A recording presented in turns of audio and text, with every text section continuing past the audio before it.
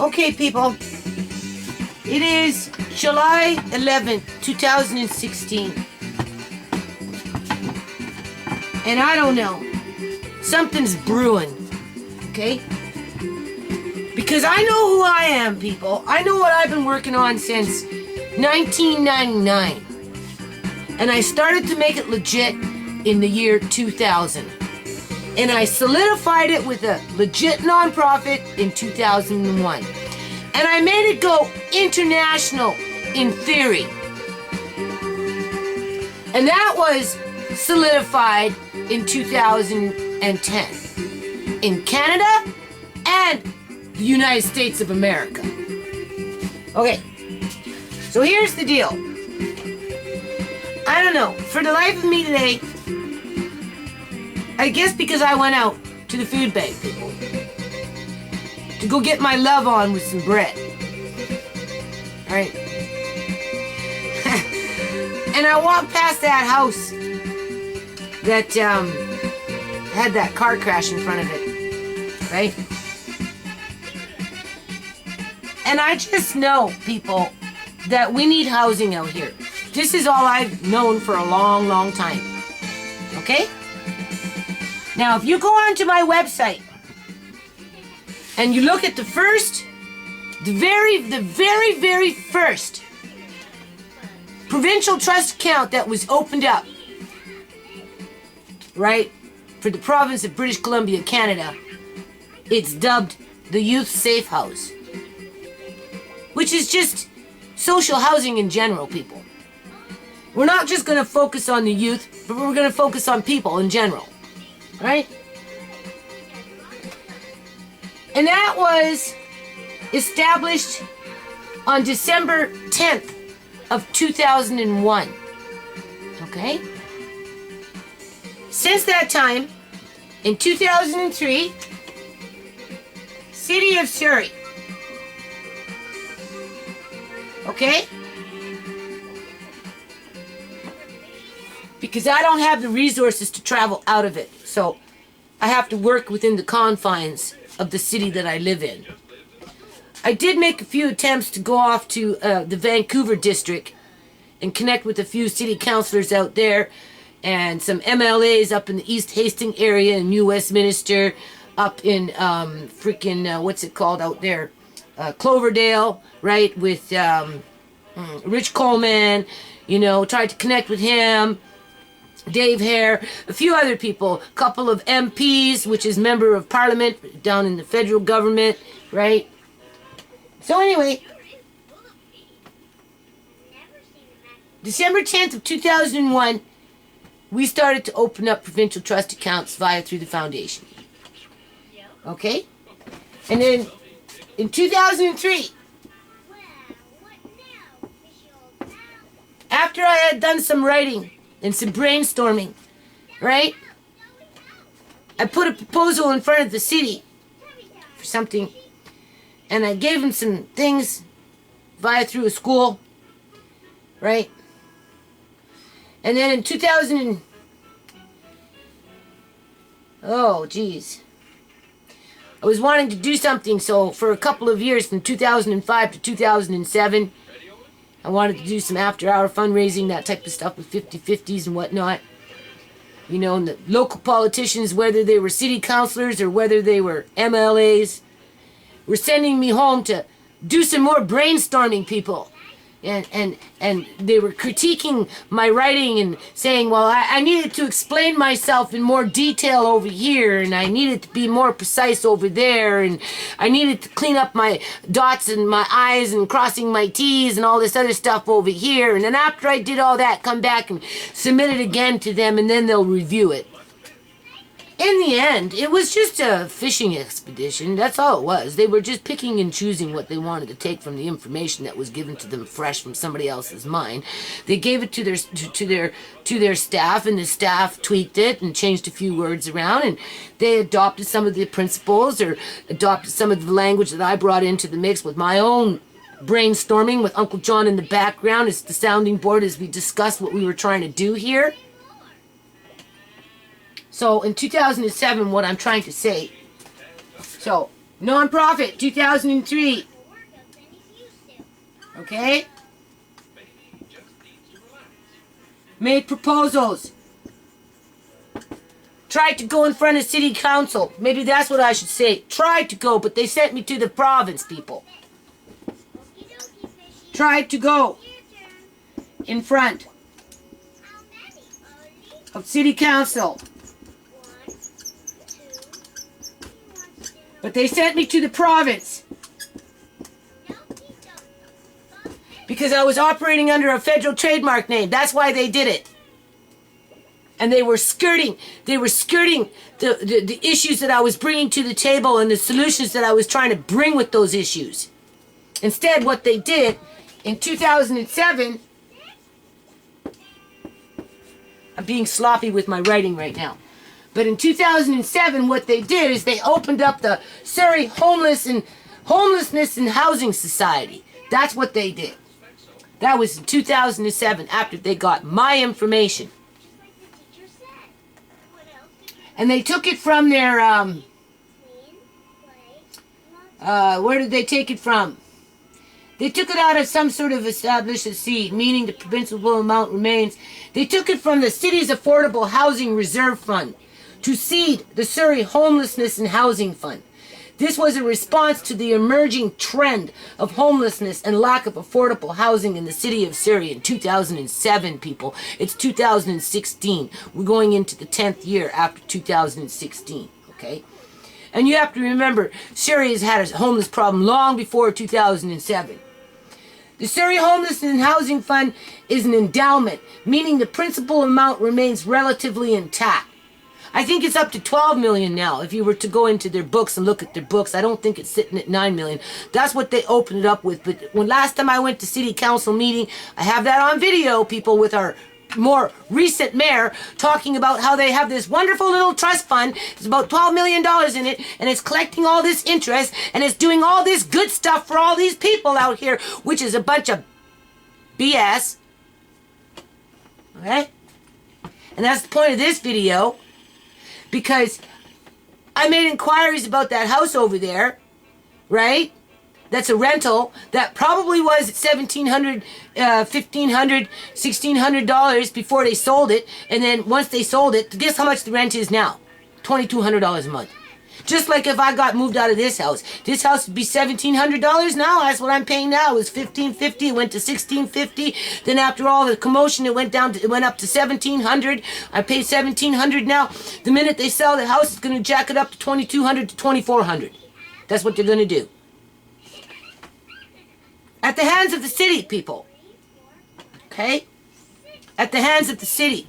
Because it's the city that's not controlling the laundered money that's going in between these buyers that can inflate property prices by 1,000%, or 200%, or 400%, or 600%. So anyway, in 2007, so they started their own little trust fund, right? City of Surrey started their own little trust fund. So since that time, the number of people that are struggling with homelessness and addiction and all this other stuff has increased. It has not decreased. It's increased across the whole province. So if you talk to a city worker about this problem, first thing, the people in general, whether they're a city worker or not, they'll say, well, what can I do? What can I do as an individual? You know, that's the politicians, that's the government's responsibility. And when you go you ask a little more questions and you say, well, what do you mean? Personally, I think it's a city problem. I think the city should advocate for its constituency. And that's what I say. I say it's a city problem. Yes, it's provincial, but it's also a city problem because these mayors and these city councilors, they're elected to represent the people, not just the ones coming in with the dirty money, laundering it between these properties, right? Pushing out more people so that more become addicted, more become sick, more get apprehended into, bad situations, whether they're old folks' homes or, children's going into foster care. Like think about it, people. You have to stop and think about this, right? And if you're thinking going, yeah, more money for me, more retirement funds, faster I can pay off my own mortgage. I get to go to Disneyland next year. I might get that Ferrari. I've always been wanting that fine bottle of wine. Well, then obviously you're going to go on that side of the fence. And you're going to play dirty. Right? And you're going to put out a lot of spin and a lot of propaganda. False hope. Right? And it's all going to be just rhetoric. So anyway, I phoned up. I got a call back. That was really nice. Right? And the guy wants to meet me in 15 minutes. I told him I work on a nonprofit. I told him I have a board director that has experience. And there's enough rooms in that place that I'm sure that we could at least cover the rent, the hydro, and the gas, and we'll worry about food later. I told him that I'm a nonprofit and that we could fundraise for food or put a call out to some community, whether it's the Punjabi community or just the community in general, just to get some basic rice and some basic flour to get us started. And one of my neighbors is out there and got to come over and see what's going on. And I'm like, well, I'm talking to this guy about seeing if I can get this house rented through the foundation, right? So that we can, house some people. Because the man said, well, you're not going to make no money if you're just housing it with poor people, right? And the rent is $2,200. It doesn't take, a brain surgeon to figure out that one. And I'm like, well, first of all, I'm not trying to make any money. And if there isn't any money being made, I'd like to see that money going back into the house and paying the people that live in the house to do yard work and that kind of stuff so they have a little part-time job. Isn't that what nonprofits is about? Isn't that what helping people is about? If we can get anywhere between 5 to 8 people off the streets when there's anywhere between realistically 400 to 1,000 in a day, I'm talking throughout the whole district, and even then it would be more because there's couch surfers and all that other stuff, right? Compared to adding on 8 more after they evict a few more houses, get a few more kids addicted to these methamphetamines and all this other stuff. Like, when does it turn around? When does it turn around? Because this thing here isn't helping. It's not housing those people. All it's doing is it's setting them up to be criminalized. Because now I'm talking to a different neighbor about this situation. And I'm trying to explain to her, right, that, the city is more responsible for its they should be out there advocating to the provincial government, not people like me, that's a nobody, going from MLA to MLA to MLA to MP to MP, in circles years after years, spending all this money for photocopying and, and gas and phone calls and whatever else money was spent on to go see these people. It should be the city councilors that should be doing that. And when they're doing that, they should also be going out there and putting in housing. Housing. Okay, you got a house over there that's been shot up, raided by the cops, right? All this other crazy crap that came from a house that kind of created some of that dysfunction, people. It was an MCFD house initially for 20 years. You tell me every experience that somebody went through in that house over a child was a positive experience and didn't affect anybody negatively in any way. The children were not affected negatively. The adults, people who lost their kids, the grandparents, the aunts and the uncles, the great-grandparents, nobody got hurt from that environment. Absolutely nobody in 20 years. Well, in my opinion, all you have to do is go out there and look out in the streets and see the ramifications of some of the actions that came from that environment. Because I've lived it. My family's going through it. And it repeats itself. Like they say, history repeats itself. It just didn't start and stop with Andre. It went on with John. Because within our system, within our government political system, within the unions, it's corrupt. It It's corrupt. So it holds the homeless people hostage. Because the other woman that I was talking to saying, well, you know, they can't afford it. They can't afford $500 for a room. And I'm like, well, if they want housing, and these are what they're jacking up the prices at, then I guess they're going to have to pay $500. At least they're off the streets, and we can worry about the food later. Or they can bunk up if they want to cut down on their costs so that they have a little bit of money for food. But it's not something that you want to force on people, you know, stuffing them into a house like a sardine to make a profit. That's not quality living. Oh, well, you know, I'm tired of homeless people. And I'm like, so am I. So am I. You know, they're all over the place. They sleep in my backyard. They're over there. They're over there. They're over there. So what difference does it mean? What difference does it, and this is the point of this, what difference does it make if they're living in a house that's being managed for the purpose of community development, right? To bring in stability for everybody, not just the rich and the ones that can afford to sell their houses and make a profit and become rich and not care where the rest of them go.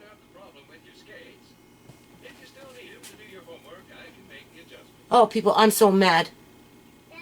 I'm so mad. I make a simple inquiry and already I got people throwing down my back. Breathing like dragons. Oh, how dare you! I don't want a homeless person living right next door to me. They already steal from my yard. Well, maybe if they had our own house, they wouldn't want to steal anything. And if they were right next door, why the hell would they go into your yard to steal your stuff to bring into their yard? Does that make any sense, people? Like, think about it. Right? So you're just going to leave them out in the streets so they can continue stealing from you. Is that it? Go steal some more. Right? Recruit their friends to still come and steal with them. Because everybody's homeless. Right? You know? 5% of the population is homeless out here. Right? So therefore, we have to keep them homeless. Just bank the money. Just bank it until we have enough to get a house. Only we never have enough to get in the house because it started off at $9 million as in trust. Now it's at $12 million in trust, and you got, instead of 400 people freaking homeless, you got 1,000 people homeless because all the money's sitting in the fucking bank because it's just something to brag about. It's just some political ploy for some city councilor to make themselves think or feel that they've done something that they can sell the public to be reelected next year. Right? But the one that actually wants to try and make an effort and do something, all of a sudden, oh, well, what did you do? Why did your daughter become a drug addict at age 13 years old? Well, I don't know. Why don't you ask the freaking public school system that one, okay? Seriously, I said, 13 years old. She went into freaking Sunshine Hills in Delta, one of the richest schools in freaking all of Delta. That's where it started, people.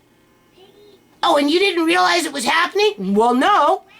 No, you don't notice these things right away, especially if you don't know what you're looking for. And who the hell knows how methamphetamine attacked these vulnerable children until it happened, because my daughter came in at the time just as the surge was coming into BC. And that's what I said. I said, okay, because she's trying to say, well, oh, you know, we don't want these poor people because they're all drug dealers and they're all bad and, you know, and they steal and they do this and they're shooting up in the alley and, you know, and we don't care, right? We just don't want them around us. The only thing is, you're never going to get rid of them, people. You're never going to get rid of them. I've been out here for 7 fucking years and I've got video proving that every week there's cops over there, cops over there, cops down there, cops at my house, right? Like, there's cops, like I said, they might as well just move their trucks in. Move the ambulance in, move the fire truck in. Why don't they rent that house? It'd be closer than the fire hall, it'd be closer than the police hall, and it sure the hell would be closer than the hospital. For all the bullshit that goes on out here. Right? And just because they increase the property value has already shown that it doesn't change anything. It doesn't change anything. What? They're going to start locking up more people? Have them disappear conveniently? Keep them locked up forever? Or disappear forever? Is that what that represents? Sure in the hell doesn't represent housing. Nobody wants fucking housing for these people. But yet, they sleep in their own backyards. The woman over there. Oh, well, they're sleeping in my shed. When I said, well, they sleep in my doghouse. Well, they sleep in my shed. So, wouldn't you rather them sleep in a house? At least you can maintain and manage the house and be a part of the solution instead of part of the fucking problem. At least you can connect and offer some help. Some real fucking help. Instead of, well, gee, where were you when she was 13 years old? You know, you must have been a bad parent. Just like I'm a bad nana, right? Yeah, okay. I wish I would have kept my daughter home for homeschooling if I would have known what was going to happen to her. Honest to God. It was a mistake to let her go into that resource room and then be transferred into one of the best schools in fucking Delta for all it was worth. And then I told her, in those days, 14 was age of consent. So I'd be banging on the door saying, let out my daughter. I don't want my daughter in your environment. You know, the mother wouldn't let my daughter out. I called the police. The police would come. I say, look, my daughter's in there. She's doing methamphetamines. You know, she's running around in the neighborhood. She's stealing. She's doing all this other shit. I want her out of there. And the mother would say, but she's 14. Behind the door, right? She's 14. She's old enough to do what she wants. She doesn't want to come out. She doesn't want to come out. And you know what the police said to me in those days? Well, we don't really have a right to go inside the woman's house and get her. You just have to go home and wait for her. Yeah, and then we wonder why she got deeper into her addiction, right? Because there was nobody there to pull her out. Just like there's nobody there to pull her out now, because everybody's too busy stomping on her, criticizing her and judging her, right? And everybody else out there that's freaking homeless, right? Well, they want to blame me for it because I call out the culprits. The city needs to step up to the plate and challenge the province. Otherwise, if they don't do that, then it's proof that they don't care, and this is nothing but propaganda. It's just something to sell the public to make it look like they do something, when in fact, in reality, they don't do very much. So anyway, I don't expect to get this house, people. Because there's just too many fucking naysayers. They like the poverty. They like the fucking people sleeping in the streets. They like them fucking shooting up in the alleys. They like them fucking dying in the bush. Like, honest to God, it's just one less homeless person to them out here, right? That's because they don't value life out here. Like, I don't know. I don't know what other communities are like because I don't live in those fucking communities. I live in Surrey, and I just know what the people are like out here, okay? You know? City of Surrey is too busy paying for its city hall in the tune of $150 million as they tax everybody with their user fees and their fines. Do you honestly think that they want to start housing homeless people and lose their little interest rate? When they're going after freaking teenagers on the SkyTrain for $175 a pop for jumping the trains because they got no money to take a fucking bus? Because that's pretty much what it boils down to. In the real world. Right? I can take my camera out there and I can go out there and I can interview people and they'll tell you. I bet you we can come across 50 people in a day that like cannot afford the fucking SkyTrain, right?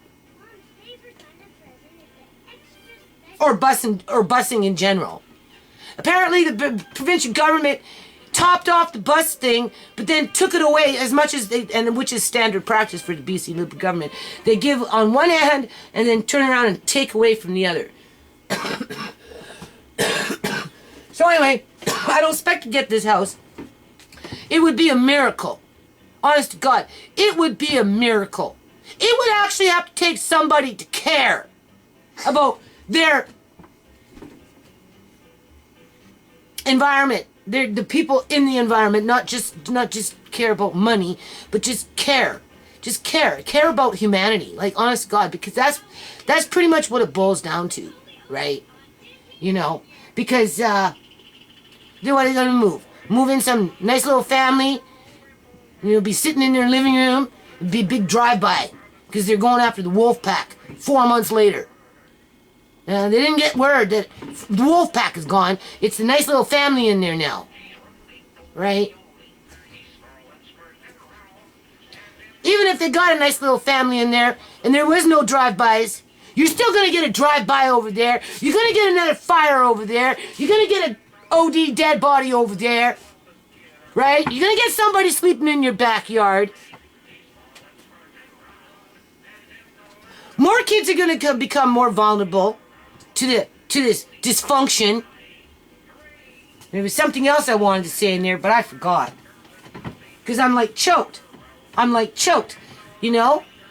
You don't like homeless people? Well, if you don't like homeless people, why not make an effort to start housing them? And if a house becomes available, why don't you offer some fucking help? Like, seriously, step up to the plate and make a difference in somebody's life. Instead of just walk over their half-dead body and then try and tell yourself that somehow you are better than that person that you just walked over. Right? Isn't that what the world is supposed to be about? Helping each other? Not pimping each other for who gets the most profit?